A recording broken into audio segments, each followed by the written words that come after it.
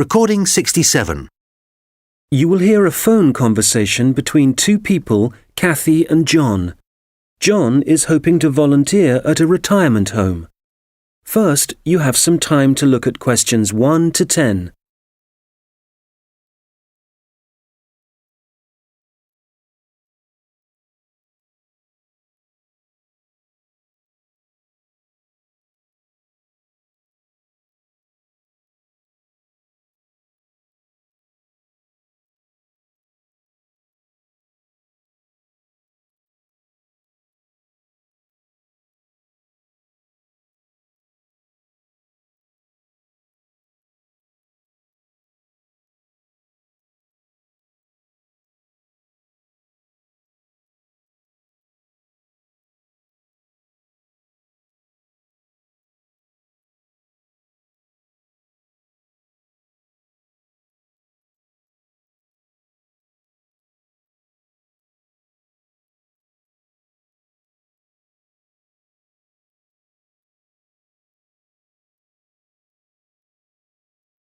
Hello, Hillary Lodge Retirement Home. Kathy speaking. Hello, my name's John Shepherd. Could I ask if you're the manager of the home? That's right. Oh, good. Hello, Kathy. A friend of mine is a volunteer at Hillary Lodge, and I'd like to help out too, if you need more people. I work part-time, so I have quite a lot of free time. We're always glad of more help, John. Shall I tell you about some of the activities that volunteers get involved in? Please. Well, on Monday evenings, we organise computer training. We've got 6 laptops and 5 or 6 residents come to the sessions regularly. They're all now fine at writing and sending emails, but our trainer has just moved away, and we need 2 or 3 volunteers who can help the residents create documents. Just simple things, really. I'd certainly be interested in doing that. Great! Then on Tuesday afternoons, we have an informal singing class, which most of the residents attend. We've got a keyboard and someone who plays, but if you'd like to join in the singing, you'd be very welcome. I work on Tuesdays at the moment, though that might change. I'll have to give it a miss for now, I'm afraid. OK. Then on Thursday mornings, we generally have a session in our garden. Several of our residents enjoy learning about flowers, where they grow best, how to look after them and so on. Is that something you're keen on? I'm no expert, but I enjoy gardening, so yes, I'd like to get involved. Do you have your own tools at the home? We've got a few, but not very many. I could bring some in with me when I come. Thank you very much. One very important thing for volunteers is that we hold a monthly meeting where they all get together with the staff.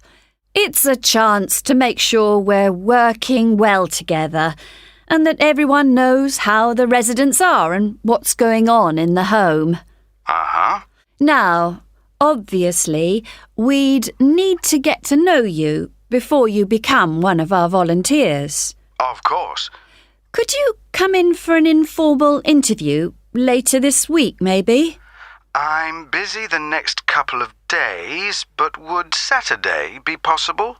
Certainly. Just drop in any time during the day. I won't be working then, so you'll see my assistant, Mairead. Sorry, how do you spell that? It's M-A-I-R-E-A-D. Mairead. OK, got that. It's not a name I'm familiar with. Oh, it's an Irish name. She comes from Dublin. Right. And the road that Hillary Lodge is in is called Bridge Road, isn't it? That's right. Number 73. Fine. Oh, one other thing you might be interested in. We're holding a couple of open house days and still need a few volunteers if you're available. What are the dates? There's one on April the 9th and another on the 14th of May. They're both Saturdays and all-day events. I can certainly manage May the 14th.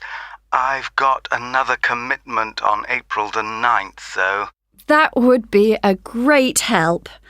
We're having several guest entertainers, singers, a brass band and so on, and we're expecting a lot of visitors. So one possibility is to help look after the entertainers.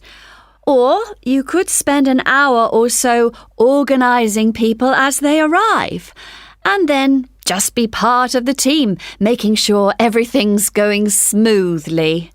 Well, shall I show people where they can park? Lovely. Thank you. One reason for holding the open house days is to get publicity for Hillary Lodge locally. So you may find you have someone from a newspaper wanting to interview you. They'll want to find out from 2 or 3 people why they volunteer to help at the home. We're trying to get a TV station to come too, but they don't seem very interested. I don't mind being interviewed. Good. Well, if you come in for a chat, as we arranged, we'll take it from there. Thank you very much for calling. My pleasure. Goodbye. Bye. That is the end of section 1. You now have half a minute to check your answers.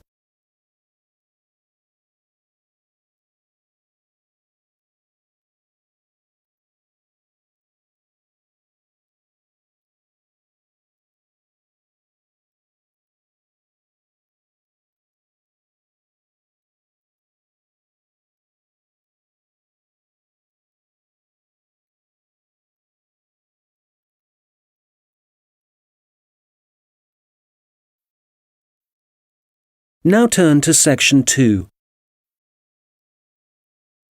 Recording 68. You will hear the head of a centre which offers evening classes for adults.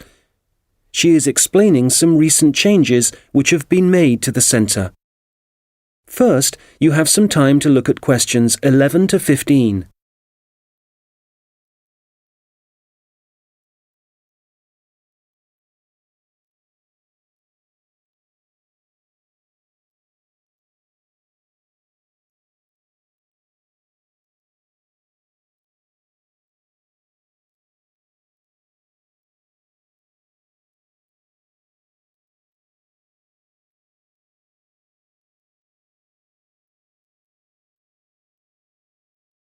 Hello. As some of you know, I'm Elaine Marriott, the head of the college's Learning Resource Centre. We've invited all of you taking evening classes and leisure activities to come and see the changes we've made to the centre in the last month. One major change we've made here on the ground floor is to the layout, as you can see from looking around you. I'm sure you'll recognise the desk. That's still in the same place, as it has to be just inside the door. But you'll see that there are now periodicals on the shelves in the corner behind the desk. We've brought them nearer the entrance because so many people like to come in just to read magazines.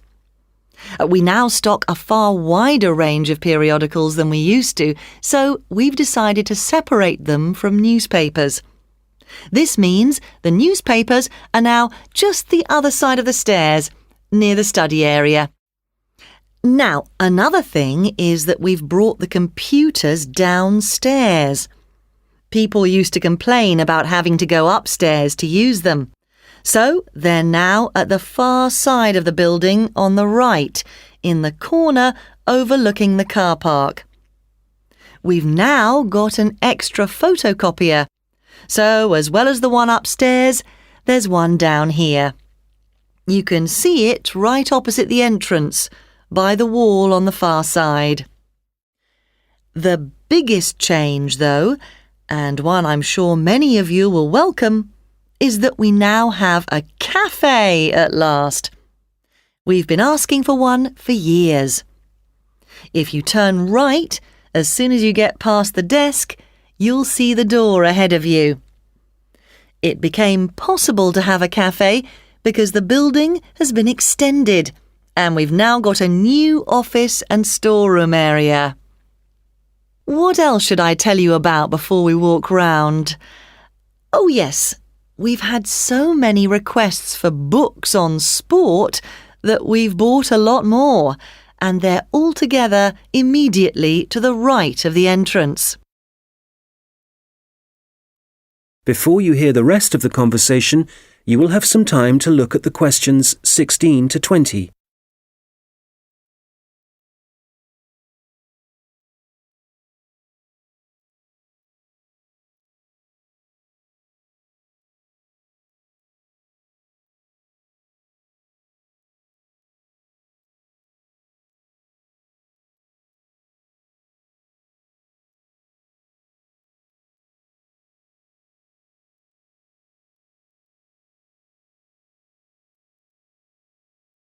Now listen and answer questions 16 to 20.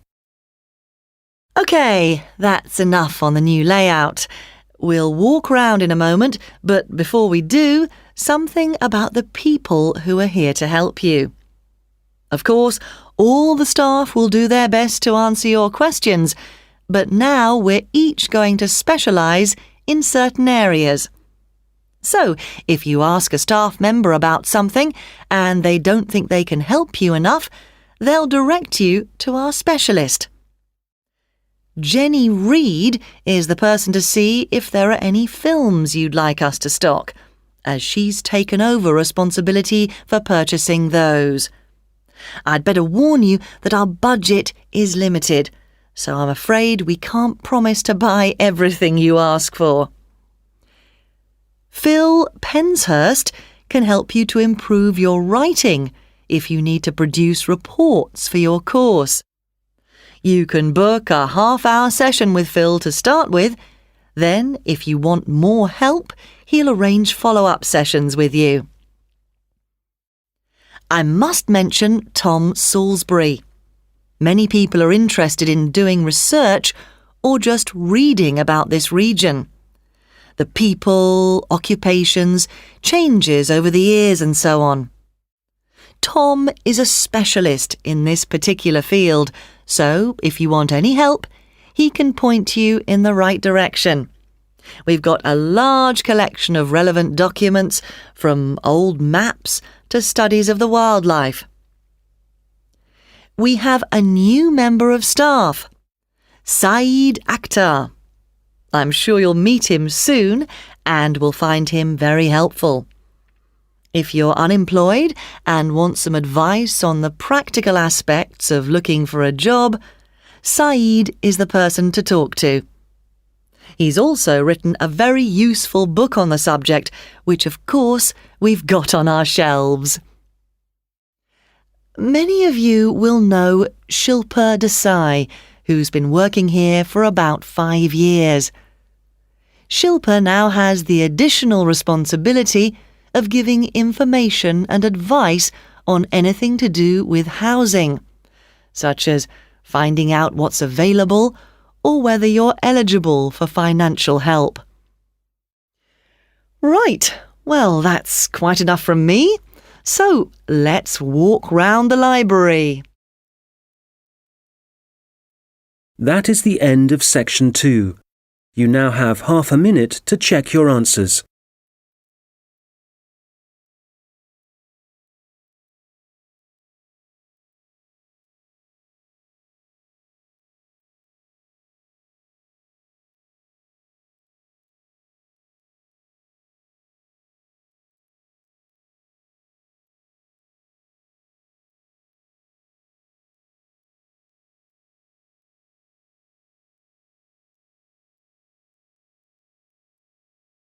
Now turn to section 3. Recording 69. You will hear a tutor and a student discussing a project the student is working on. First, you have some time to look at questions 21 to 27.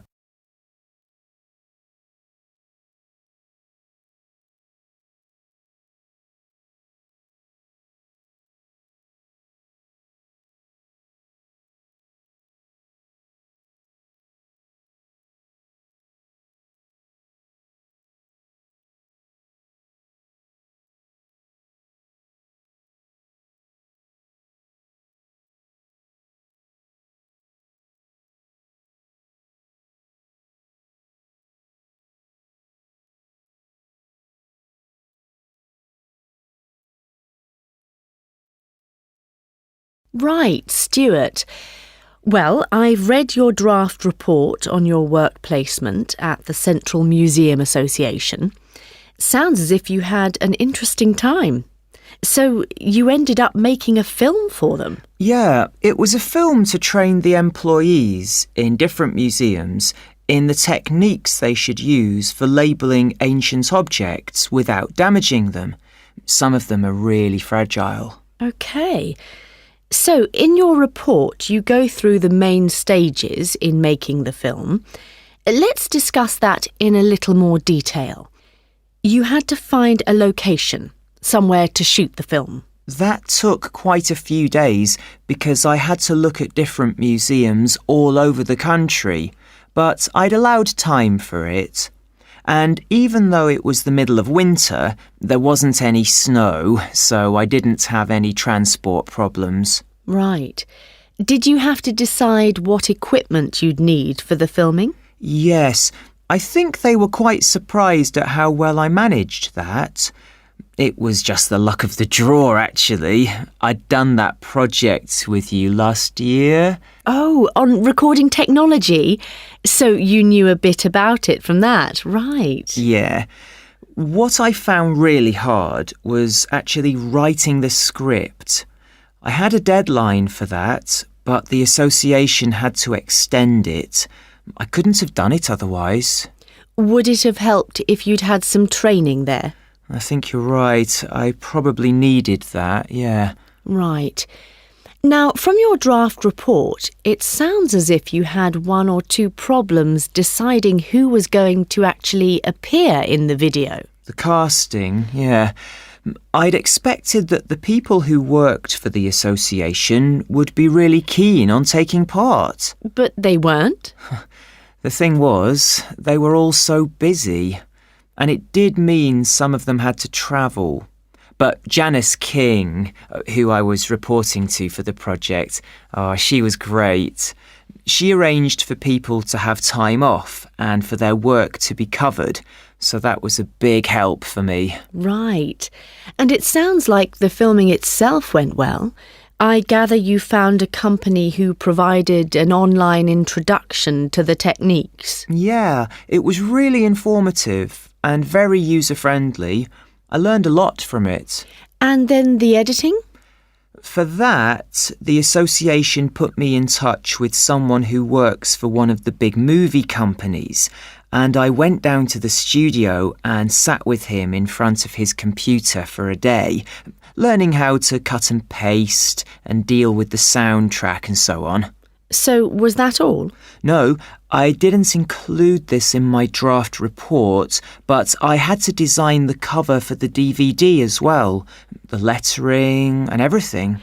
Have you done any of that sort of design work before? No, but I did a rough draft and then talked it through with a couple of my mates, and they gave me some more ideas. And when I'd finished it, I showed it to the people who worked at the association, and they really liked it. Excellent.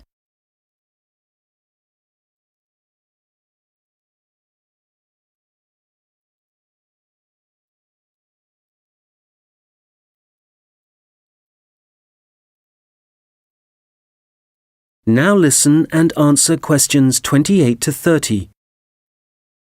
Now, as well as your own draft report, I've also received some written evaluation from the association on the work you did during your placement and how it was of benefit to them. I noticed that you haven't included anything on that in your report yet. How my project benefited the association, you mean? So, do I have to include that? Yes. Well, let's think. I suppose if I hadn't made the film for them, they'd have had to get an outside company to do it. But because I was actually working for the association, I'd got much more of a feeling for what their aims are. Things like their responsibility for the conservation of the exhibits. I don't think an outside company would have had that understanding. They'd have been more detached. Right. And the association also said that because of your background, you had a good idea of where to go to get the best deal for the equipment you needed. They said the saving in expense made it worthwhile, even though sourcing it took quite a bit of time. Yes, that's true. The association also said making the film had a very positive effect in getting staff to work together more closely. Oh, I hadn't heard that. That's good. And certainly, people weren't afraid to tell me what they thought about it as I was making it, so I was able to get lots of feedback at every stage. That was useful for me, but it also meant the final product worked better for them. Can you think of any other benefits? Well, I don't think they'd really thought out what they'd do with the film once it was made. I made quite a few suggestions for the distribution, other people we could send it to, as well as museum staff. Yes, they mentioned that. OK, good. Well, it sounds like they certainly... That is the end of section 3. You now have half a minute to check your answers.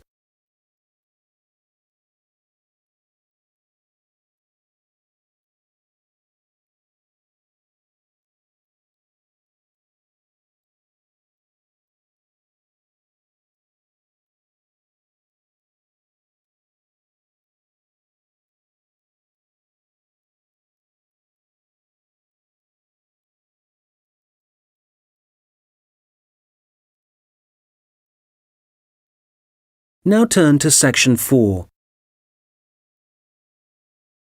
Recording 70. You will hear a lecture about a species of bird called the New Caledonian crow. First, you have some time to look at questions 31 to 40.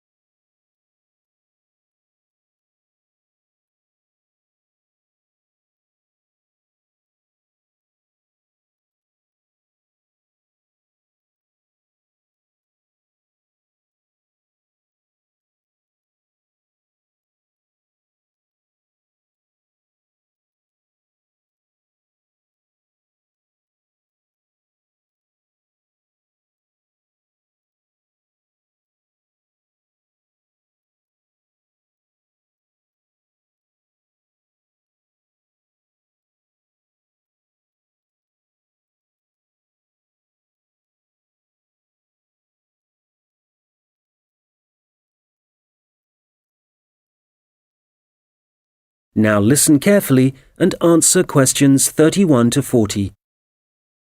I'm going to talk today about research into a particular species of bird, the New Caledonian crow, whose natural habitat is small islands in the Pacific Ocean.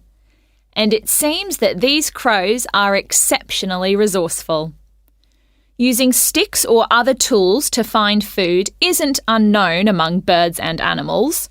Some chimpanzees, for example, are known to bang nuts on stones in order to break the shell and get at the edible kernel inside. One New Caledonian crow, called Betty, bent some straight wire into a hook and used it to lift a small bucket of her favourite food from a vertical pipe. This experiment was the first time she'd been presented with wire, which makes it very impressive. Another crow, called Barney, has demonstrated his skill at using sticks to forage for food.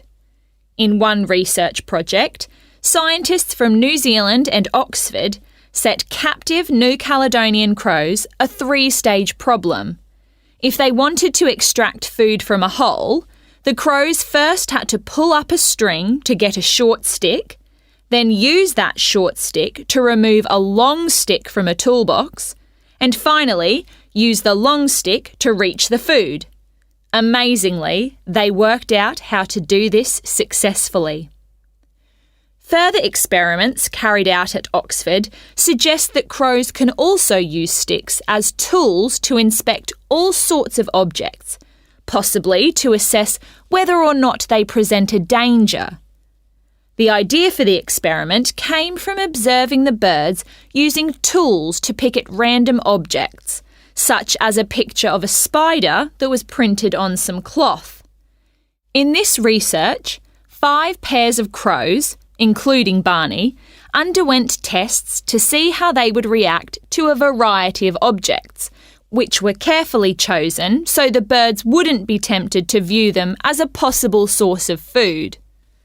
As a further precaution, all the crows had been fed beforehand. On 8 occasions, a bird's first contact was by using a tool. In all 3 trials, Barney began by using a stick for inspection. One involved a rubber snake. First, he approached it, but didn't touch it, then retreated to pick up a stick. He then prodded it with the stick. After some more investigation, he discarded the stick and carried on pecking at the snake more confidently, apparently convinced that it wouldn't move. In other experiments, 2 different birds, called Pierre and Corbeau, also made a first approach with tools on 3 separate occasions. Pierre used a short piece of wood chip to touch a light which was flashing, and Corbeau was seen prodding a metal toad with a stick. Significantly, the crows tended to use the sticks only to make their first contact with the object. Subsequently, they either ignored the object or dropped the tool and pecked at the object, which is very different from using the tool to get access to food.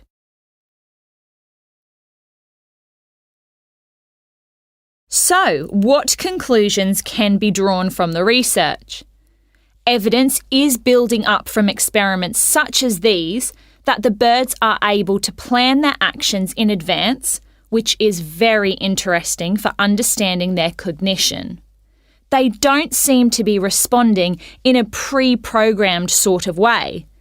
It may even be possible that they're able to view a problem and work out what the answer is. However, a major difficulty is assessing whether this tool-using behaviour is a sign of intelligence.